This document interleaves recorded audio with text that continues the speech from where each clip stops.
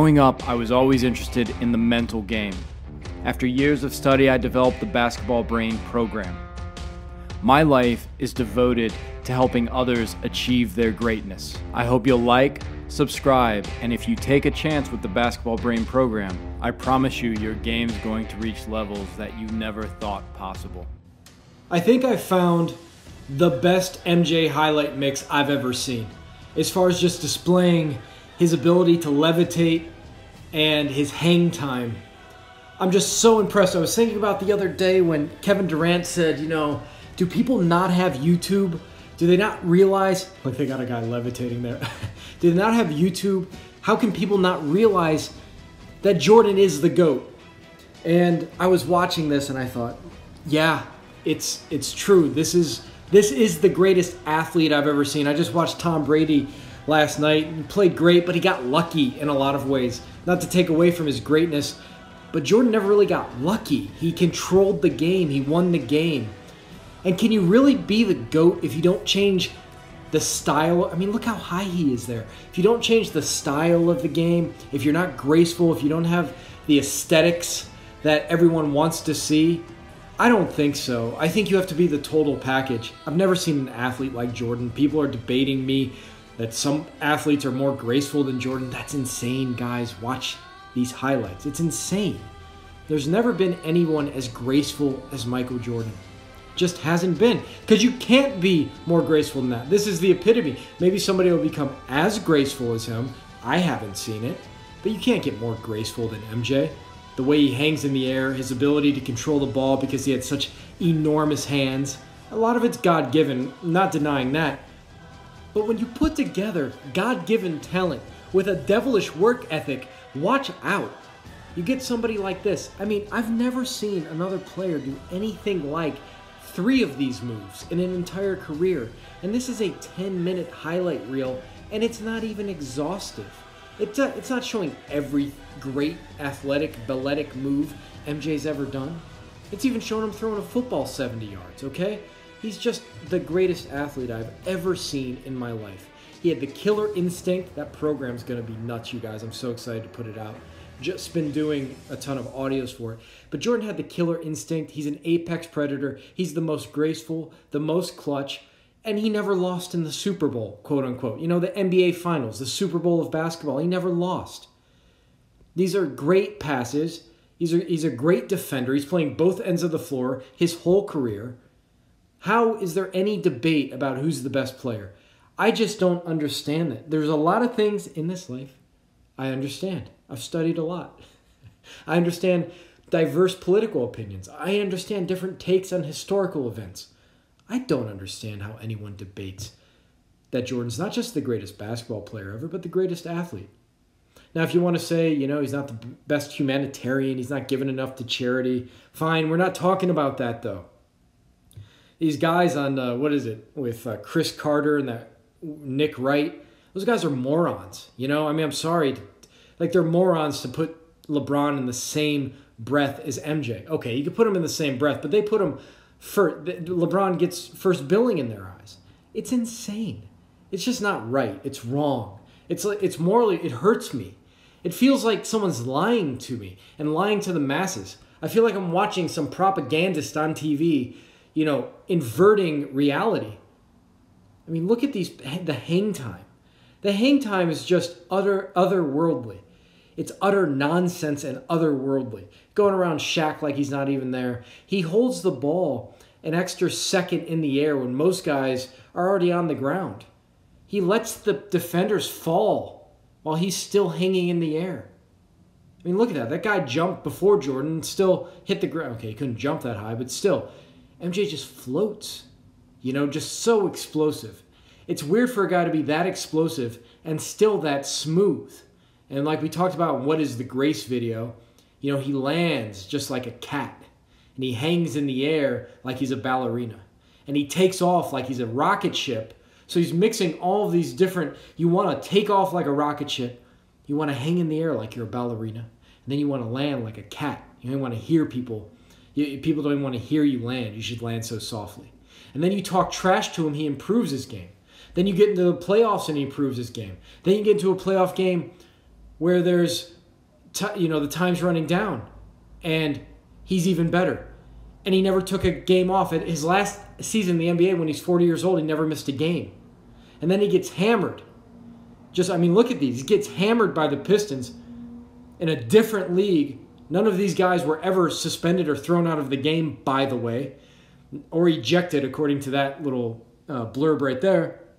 And he took the punishment. He came back. So he was physically tough. He was mentally tough. He was better than his hype. Some reporter said that one time. Jordan was better than his hype.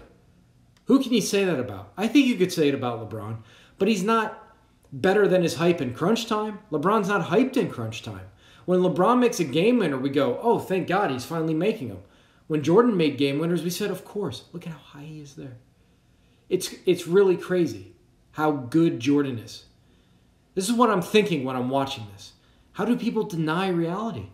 It's like the Flat Earth Society in basketball circles. To not acknowledge this guy is the greatest, that the earth is round. It's the Flat Earth Society among basketball so-called experts. Maybe they don't like Jordan. Jordan rubbed a lot of people the wrong way. Isn't the nicest fellow you're ever going to cross paths with. He's an apex predator. I'd rather hang out with LeBron, to tell you the truth, just as a friend. He seems like a cool guy. He seems fun. MJ would be fun to hang out with. I heard he's fun to party with. But he's super competitive. So if you're an alpha male, if you're an apex predator yourself, you're probably going to bump heads with Jordan. You're going to want to compete against him. That would be fun too. I like my athletes to be a-holes a little bit, don't you? Those are the guys we love to watch. That's why Philadelphia, who hates players, love Iverson. They love Iverson because he was a killer.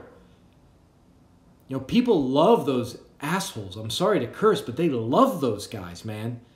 And Jordan was that guy.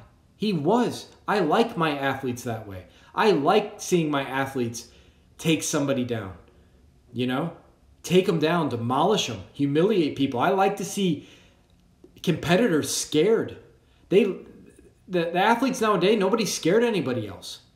Who in the NBA is scared of any other player? Maybe LeBron on a chase down block. That's embarrassing. I don't know. Who else? Maybe Zion's coming up. People are kind of scared of him for a while. Blake. But just getting dunked on, that's not the same as being scared of somebody's game and how stupid they'll make you look. And you're trying your hardest on defense and they drop 50 on you. I don't know. Who scares people today? Westbrook a little bit, but he can't shoot. If Westbrook could shoot, he'd be scarier. Kobe back in the day used to scare people for sure. And people say, oh, LeBron developed the killer instinct, and he has, or at least the clutch gene. But some guys are just, they want the ball. I think you see it in Baker Mayfield. I don't know what's going to happen in his career long term, but I'll tell you what, the dude wants the ball in crunch time. I can see that. Now, will he be as efficient? Kobe wanted it in crunch time, wasn't nearly as efficient as Jordan was in crunch time. Jordan was 50%, I think, for his career. His final season with the Wizards, he was on bad legs. He missed, I think, 5 or 6 game winners, and it hurt his average. But overall for his career, he's like 50%, a 50% game winner on game winners. That's insane. And he wasn't exact. Some of those game winners were heaves with like half a second left that he missed. And we should say again, he played both ends of the floor. Look at this. Just holds the ball. And he played both ends of the floor, and he said his favorite thing to do in basketball wasn't hit game winners, wasn't dunk on somebody. It was to throw somebody's shot into the stands. So you got a guy who's doing everything. Look at the hang time. Look at he's just floating, Took a year and a half off, came back and still dominated. As you get older, you kind of get over the hero worship thing, and look at that. I don't worship Jordan. I just acknowledge reality. And I'm passionate about it the same way I'd be passionate about going to a Flat Earth Society meeting, trying to talk these morons out of what they believe. How can you believe something like that? It's borderline insanity. So anyways, MJ just had everything. And when I watch this, it makes me want to do something great. I don't put greatness down. I want to be inspired by greatness. I might not be able to do it in basketball, but whatever I choose to do, I want to reach my potential like Jordan obviously reached his. I want to maximize all the God-given gifts I have the way that Jordan maximized his. I mean, you're seeing a guy who's obviously bequeathed a ton of extraordinarily great genetics, but he maximized those genetics. Are you maximizing your genetics, whatever it is, your talents? Who knows where it'll take you?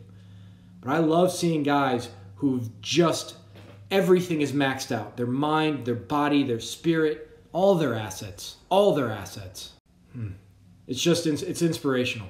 And I do this not just with Jordan. I'm looking for guys and women in any field. Writers, painters, inventors, engineers, scientists. I don't care what you do. Performers, actors, musicians. I'm looking for the best. That's all I care about. Chess players. Even in the program, I talk about two of the most famous chess players ever, Magnus Carlsen and Bobby Fischer, and how they used to like to watch their opponents get beat and squirm and be dejected and demotivated because they were so good. I get pumped up by that. I hope you guys do too.